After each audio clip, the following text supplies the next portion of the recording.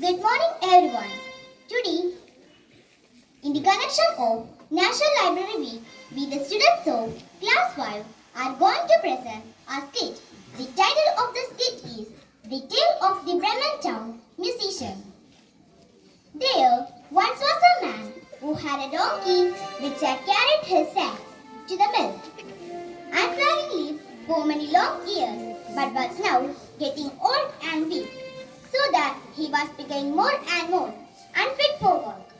The donkey's master was considered whether to stop feeding him, but the donkey notices there was an ill wind blowing and ran away, setting off for Bremen, where he thought he could become a town musician. When he had covered a short distance, he came across a hunting dog lying on the road, yapping like someone who has run himself into the ground. Dancho! Well, why are you yapping for old snarler? Dancho! Because I am so old and getting weaker every day and can't go hunting anymore. My master wanted to kill me, but then I took to my heels. But how shall I never my living? Dancho! You know what? I'm going to Bremen to become a town musician. Come with me and take up music too. I shall play the lute and you can beat the drums. Dancho! The dog thought this was a good idea, went with the others. Before long, they came across a cat sitting on the roadside with a face as long as a fiddle. Dancho! What has crossed your old whisker face? Dancho! Meow. How can I be happy when I'm in for it? Just because I'm getting on in years. My teeth are getting blunt and I prefer to sit and muse in front of the fire than to chase around after mice. My mistress wanted to drown me. I managed to get away, but now I'm really in a fix. Where shall I go? Meow. Dancho! Come with us to Bremen. You are good at making music at night. You can become a town musician. Dancho! The cat thought this was a good idea, went with the others. The three flockies then passed a farmyard where a farm was sitting on the gate and crowing with all its might. Dancho! Your crowing goes right through us. Dancho! Cuckoo! That's the kind of children because it's the day of our Blessed Lady on which we washed the little shirt of baby Jesus and put it out to dry. But because it is Sunday tomorrow and guests are coming, the housewife has no pity, has told the cook to put me in the soup tomorrow, and she is coming to cut off my head tonight. So now I am growing as hard as long as I can. Cuckoo! Dancho! Come on, all redhead.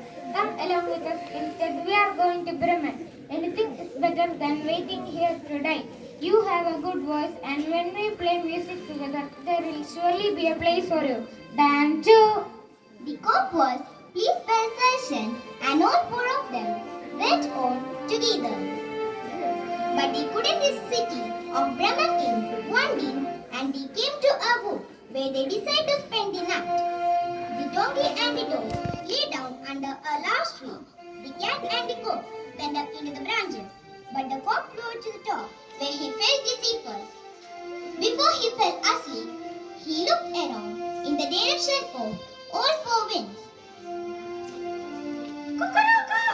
Come on, friends. There must be a house not so far away. Cuckoo! Dancho! We had better go over there for the accommodation. Here is pretty bad. Dancho! He could also do with a few bones with a little meat on them. So they set off in the direction, and soon it got brighter and larger until they came to a brightly lit robber's house. Being the largest of the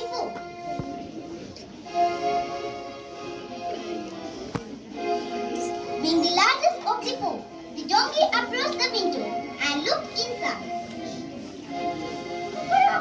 What can you see, old granite? Dancho, what can I see? A table with lovely things to eat and drink, with a band of robbers sitting around and having a good time. Dancho! Why can't we do the same? Dancho! Oh yes, if only we could be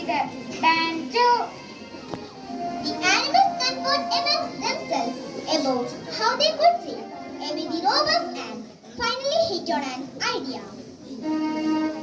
The donkey would put his friend Goose on the window ledge. The dog would jump on the donkey's back, and the cat would climb on the dog's back. The cock flew up on the cat's head. At the signal, they began to play the music. Banjo, banjo.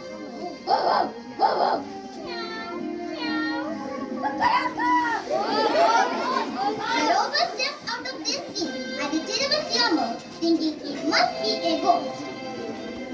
Now the four companions sat at the table and made do what was left over, eating as if it was their last meal for months.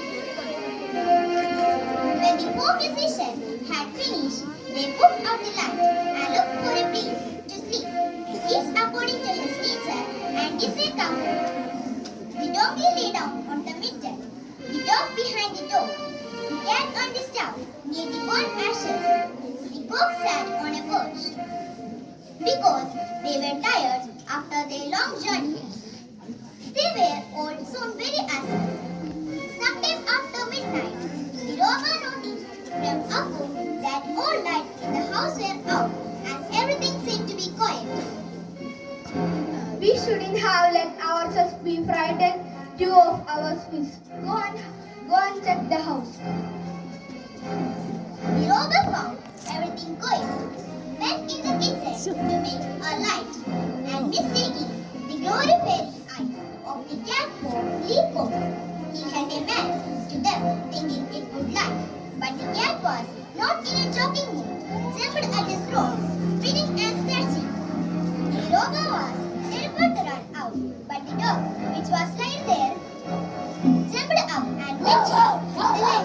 When Archie ran past the window in the farmyard, Donkey lashed out with him. Now the hawk was fully awake. From that time onward, the robot